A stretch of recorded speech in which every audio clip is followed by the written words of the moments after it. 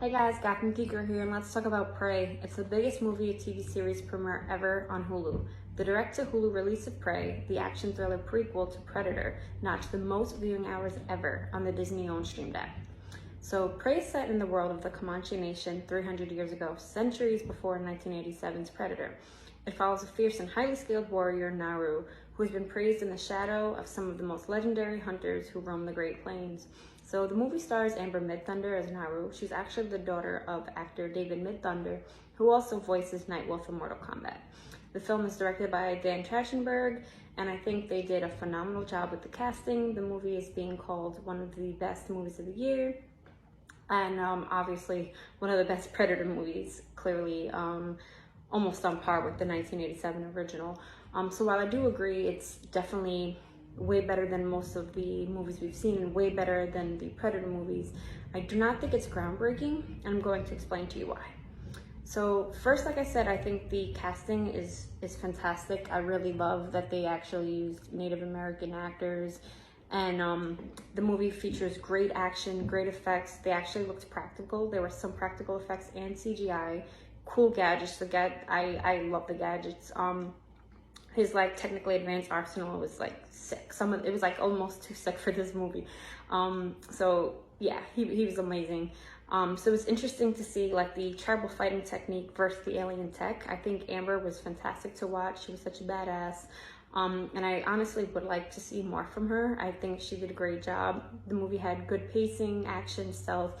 The fight choreography was actually believable. It was really good. My main gripe with the film was predominantly the way the dialogue was done. I think they dropped the ball on this. So one thing that pulled me out of the movie, which is why I do not think it's groundbreaking, is because the way they talked, it sounded way too overly modern. It sounded like 2022 Gen Z kids like playfully bantering with each other, and it took me out of the movie like way too many times.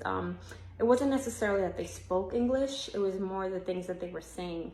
So it's not the fact that they were, like I said, speaking English that bothered me. Really cool, you can actually watch it in Comanche dubbed on the Hulu app, which I really like. I actually would have preferred to see this in Comanche and not in English, but like I said, the English is not my problem. There's ways you can do this. So I'm gonna talk a little bit about Vikings on History Channel. I think that Vikings does this very well. So I think it would have been better subtitles, because it took the suspense away, because I was way too distracted, especially the part where she's like, come on, come on, come on. Like, it just sounded way too overly modern. Vikings is that the production crew pays very special attention to details, like the languages that the characters would have spoken at the time, and they did a great job in bringing them to life.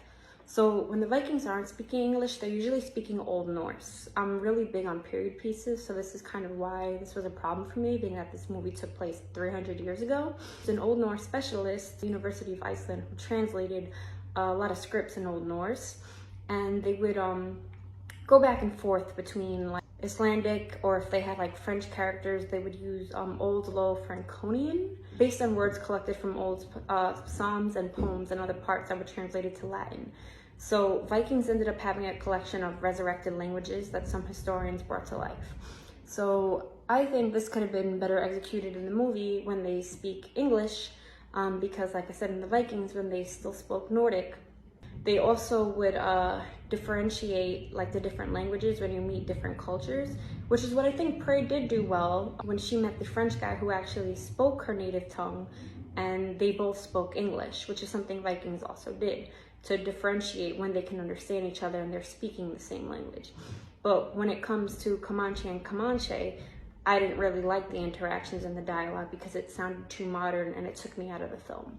So that's my main gripe with it. Otherwise, I really enjoyed it. I think the dog looked a little too well groomed to be 300 years ago, but it was beautifully shot. The mountain shots were amazing. You could tell it was like some drone shots. The animals were definitely CGI, but they didn't look bad at all. Like honestly, I thought the bear looked really great.